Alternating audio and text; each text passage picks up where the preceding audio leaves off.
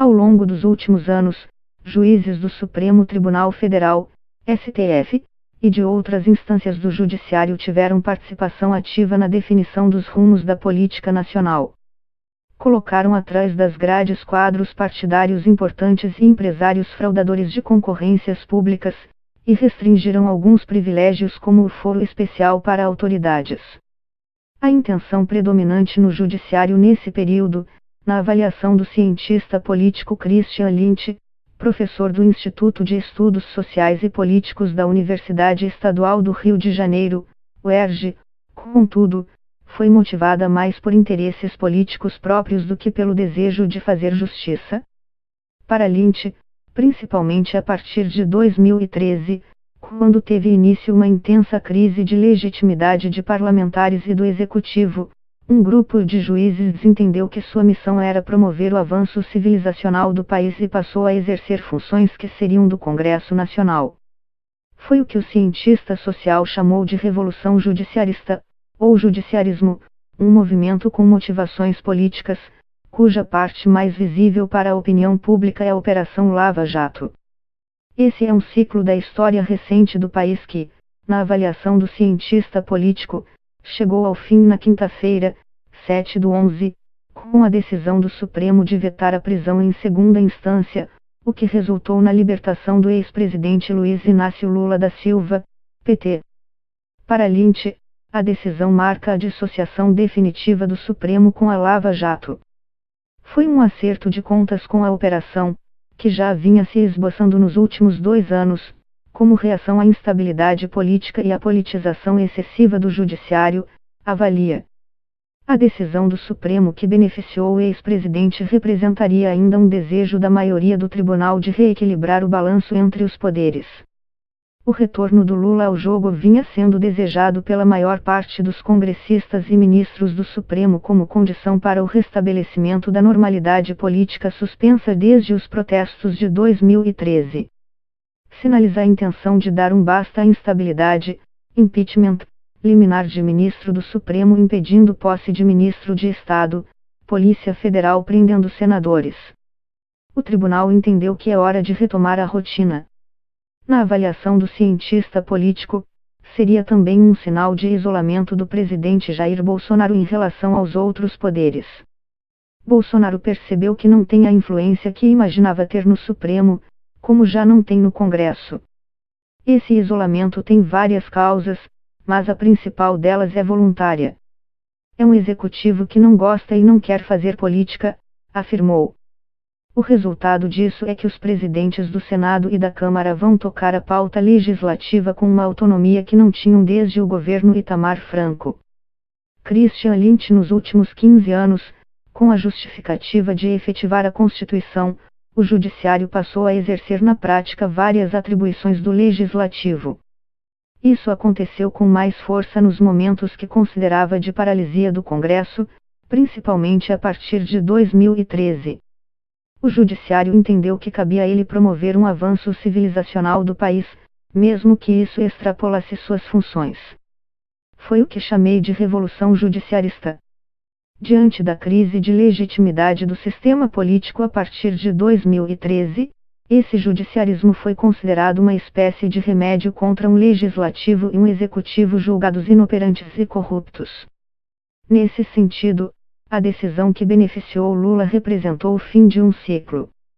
Na minha leitura, o que quis a maioria do tribunal foi acenar para o Congresso, dizendo que o tempo da usurpação terminou, que a bola da política está de volta com os congressistas.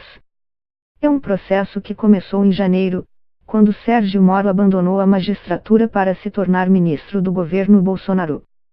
Desde então, a ideia de luta contra a corrupção simbolizado pela Lava Jato passou a ficar identificado com o bolsonarismo, ou seja, com o autoritarismo de direita. Boa parte dos liberais deixou de apoiar a Lava Jato. A operação se enfraqueceu, deixou de ter a força política que tinha. E essa decisão do Supremo foi o sinal que faltava para sinalizar sua dissociação definitiva do judiciarismo lavajatista. É o fim do ciclo lavajatista no Supremo. Minha impressão é de que esse assunto de Lava Jato, que virou uma espécie de monopólio da direita nos últimos anos, É um assunto que venceu. Lynch. A maioria do Supremo acenou para o Congresso, que terminou essa intenção de substituir o Legislativo. Nesse caso, é como se o presidente do Supremo, ministro Dias Toffoli, dissesse aos congressistas: agora é com vocês. Nós julgamos que não pode ter execução da sentença até o trânsito em julgado, mas vocês podem alterar a Constituição se quiserem. Em outras palavras, o tribunal mostrou um desejo de restabelecer o equilíbrio entre os poderes que esse judiciarismo tinha rompido. Lynch. A Constituição de 1988 organizou um Estado de Direito muito forte e avesso ao autoritarismo, para prevenir que 1964 se repetisse. Fortaleceu tanto o Ministério Público e o Judiciário que tornou possível que, como corporações, eles adquirissem interesses políticos próprios. Enquanto isso, a partir de 2013, o Legislativo sofreu uma crise de legitimidade, decorrente da sensação de que ele não representava mais os anseios da sociedade. E que a degeneração do presidencialismo de coalizão transformara a classe política em parasitas de verbas e cargos públicos. Aparece então essa nova força do judiciário. A crença de que juízes e promotores altruístas e civicamente orientados poderiam tomar o lugar de políticos corruptos foi o combustível da derrocada do sistema político. Aparecem Moro, o procurador Deltan Dallagnol, e a maioria de ministros do STF que os sustentou, juntamente com o Procurador-Geral da República na época, Rodrigo Janot. Tivemos então o encarceramento por parte do Judiciário e do Ministério Público de boa parte da elite política do país, promovidos a título de purgar o país de ervas daninhas. Essa revolução judiciarista começou a ser desmontada cuidadosamente pelo ex-presidente Michel Temer, que não queria ser engolido por ela. Ele não reconduziu Janot para a Procuradoria-Geral da República, nomeou ministros mais conservadores para o STF, o ministro Alexandre de Moraes, fez aliança com Gilmar Mendes. Com a atual liquidação da quase unanimidade criada em torno da Lava Jato desde 2014, esse movimento terminou. Nesse caso, Toffoli mostrou um desejo de deixar as barbas do judiciário de molho. Um outro exemplo dessa intenção foi não ter se manifestado em relação à fala do deputado Eduardo Bolsonaro favorável a um novo AI-5. Creio que ele não achou necessário. O excesso de exposição tem feito mesmo muito mal ao judiciário. Lynch. Porque desde 2017 ele começou a achar que o judiciário tinha ido longe demais, legislando no lugar do Congresso, prendendo deputados e senadores com liminares, impedindo o governo de nomear ministros. Conforme o presidencialismo de coalizão começou a ser percebido como de cooptação ou de corrupção, houve espaço para esse judiciarismo, segundo o qual os juízes, promotores e advogados seriam os guardiões naturais dos valores liberais e republicanos em um Brasil oligárquico e corrupto. Então, surgiu uma espécie de tenentismo togado, como eu chamei quando o movimento estava no auge. Assim como, na época do tenentismo, movimento dos anos 1920 e 1930, a doutrina do cidadão fardado permite a entrada do militar na política, com o judiciarismo surgiu a doutrina do cidadão togado, segundo a qual juízes e promotores não poderiam ficar impassíveis diante da decadência moral da nação. E aí aconteceu o que a gente viu, e que explica em boa medida as ações da Lava Jato, voltadas para caçar a classe política que liderou o país nos últimos 15 anos. O declínio desse movimento começou com a subida do Temer à presidência. Ele resistiu à Lava Jato, mobilizou o ministro Gilmar Mendes para absolver a chapa que ele integrava no TSE, que foi um julgamento de conto de fadas, da carochinha, e para desmoralizar a Lava Jato publicamente, nomeou para o STF um ministro afinado, Alexandre de Moraes. Temer percebeu que o centro decisório dessa revolução não estava em Curitiba, mas no Supremo e na PGR. Havia a expectativa de que, depois disso tudo, o presidente que fosse eleito em 2018 pudesse pacificar as instituições. Mas, com a eleição do Bolsonaro, vieram os receios de golpe de Estado por parte dos militares que o apoiavam, no meio do descrédito do Legislativo e do Judiciário. Agora, Esse receio parece ter passado. A decisão da maioria do STF simboliza esse desejo de reequilibrar o balanço entre os poderes. Lynch, pelo que os jornais disseram, o Planalto ficou decepcionado com o Toffoli, de quem buscou se aproximar nos últimos tempos. O governo percebeu que não tem a influência que imaginava ter no Supremo, como já não tem no Congresso. Esse isolamento da influência do governo nos outros poderes tem várias causas, mas a principal delas é voluntária. O executivo não gosta e não quer fazer política.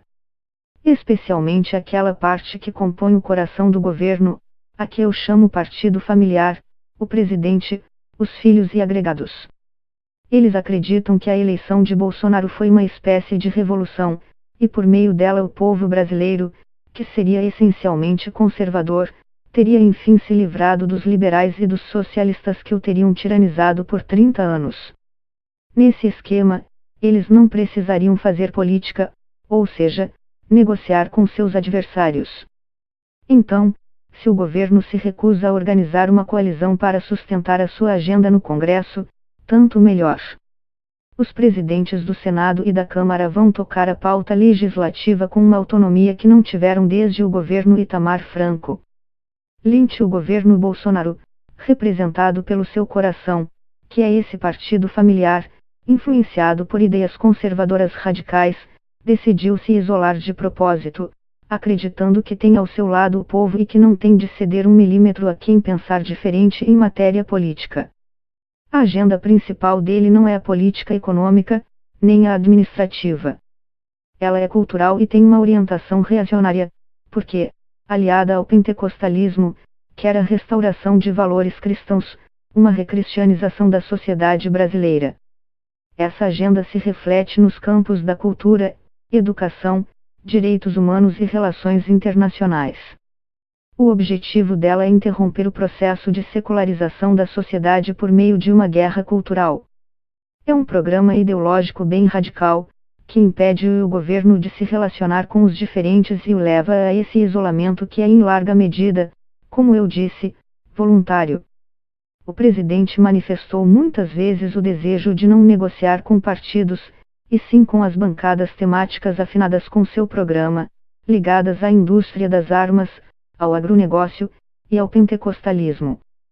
Com a decisão do Supremo, que libertou Lula, revelou que sua influência é reduzida não só no Congresso, mas também naquele tribunal. A agenda radical dessa guerra à modernidade acaba restrita ao âmbito administrativo federal.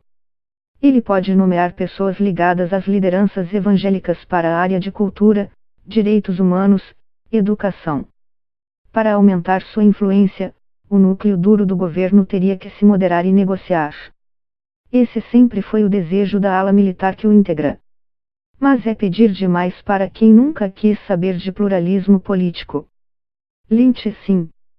É por causa dessas decepções que aparecem, nos meios ligados ao bolsolavismo, o núcleo duro do governo influenciado por Olavo de Carvalho, os apelos a um golpe de Estado, a um novo AI-5, ao fechamento do Congresso e do Supremo. O núcleo ideológico do governo, que é o mais radicalmente de direita, acha que recebeu um mandato do povo brasileiro para cumprir essa agenda reacionária. E, quando se frustra com a falta de colaboração dos outros poderes, prefere apelar ao golpismo do que aceitar a realidade de que, se pretende ter mais influência política, terá de se moderar e negociar. Daí as críticas que a ala militar do governo faz a esse bolsolavismo. Porque os militares são conservadores de outro tipo, eles incluem o progresso entre suas expectativas. Já os reacionários só pensam em voltar no tempo. O curioso é que, para dar um golpe, os bolsolavistas precisam do apoio dos militares, e quem manda nas forças armadas acha que isso seria maluquice. Então eles ficam batendo cabeça, porque não querem negociar, mas também não conseguem dar vazão a esse autoritarismo que desejam. Lynch, o legislativo tem diversas tendências. Quem hoje dá as cartas é o Centrão, que vai continuar filtrando as políticas do executivo conforme seus interesses. Foi assim com a Previdência, e farão o mesmo na reforma administrativa. Porque não tem mais presidencialismo de coalizão, aquele modelo em que o executivo conseguia passar sua agenda. Acredito que o Congresso vai continuar filtrando as pautas, condenando as veleidades autoritárias do governo e permanecendo em uma posição de expectativa sobre como ele vai se comportar. Porque, se o governo não funcionar e não se moderar, podem retornar ideias, não digo de um impeachment, mas de reformar a Constituição para implantar um sistema parlamentarista ou semipresidencial.